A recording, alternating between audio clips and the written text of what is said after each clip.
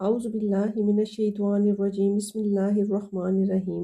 گرمیوں کے موسم میں مچھر زیادہ تنگ کریں اور مچھردانی میسر نہ ہو تو بستر پر جا بجا تلسی نامی پودے کے پتے پھیلا دیجئے، انشاءاللہ عز و جل مچھر بھاگ جائیں گے۔ روغن زیتون اولیو آئل دانتوں پر ملنے سے مسوڑے اور ہلتے ہوئے دانت مضبوط ہوتے ہیں۔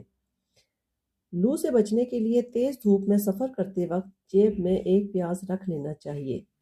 ہیضہ نامی بیماری بہت خطرناک ہوتی ہے، اس سے بچنے کے لیے سرکہ، لیموں اور پیاز بکثرت استعمال کیجیے۔